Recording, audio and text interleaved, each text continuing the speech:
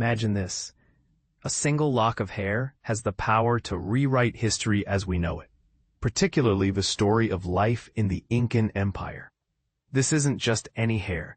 It's a strand that has been woven into a Khipu, a complex system of knotted cords used by the Incas to record information.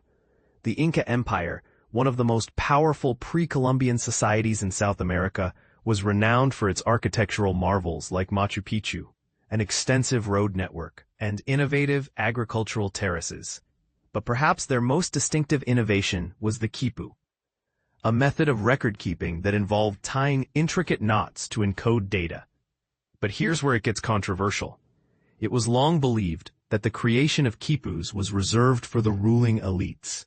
However, a recent analysis of a cord made from human hair suggests that even commoners might have been involved in this tradition. This discovery could revolutionize our understanding of Incan civilization and inspire more researchers to delve into the mysteries of Khipus stored in museums around the world.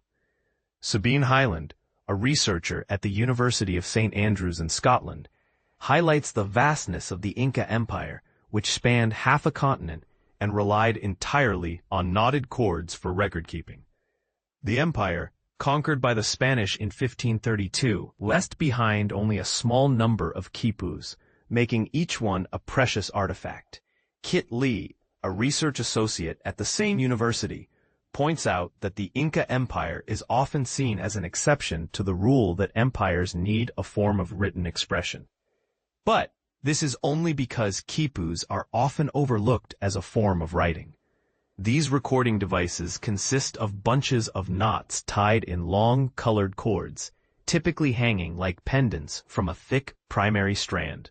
Recently, Highlands University acquired a Khipu dated around 1498. Initially, Hyland assumed it was made of animal hair, but Lee quickly identified it as human hair. This discovery opened up a new avenue of research. The dark brown primary cord of this Khipu is made of human hair, and the researchers knew that historically, incorporating hair could serve as a signature, indicating who had made the Khipu. The hairs in this Khipu are about 3 feet long, representing years of growth. By analyzing samples from each end of the strand, the researchers could determine the diet of the person who grew the hair. In the journal Science Advances, they reported that the hair came from someone who ate legumes, grains, and tubers, with no evidence of an abundance of meat or maize beer, which was typical of the ruling class. While it's possible that a high-ranking official might choose to avoid meat for some reason, it's unlikely they could escape drinking maize beer, a staple in Andean rituals. This hair analysis adds to the growing belief that Khipu production and literacy might have been more widespread in the Inca Empire than previously thought. This suggests a connection between the Khipus of the Incan Empire and more modern Khipus made from the 1800s to today.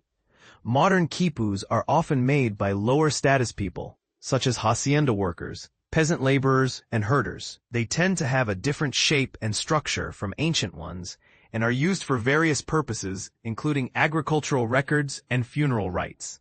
And this is the part most people miss. It's been controversial to draw a continuity between Inca Khipus and modern Khipus, partly because of the perception that Inca Khipus were made by elites. Manny Medrano, a Khipu researcher at Harvard University, describes this study as unprecedented in its analysis of the hair. While specialists have noticed human hair in Khipus before, this is the only Inca-era Khipu known to have the primary cord entirely made of human hair.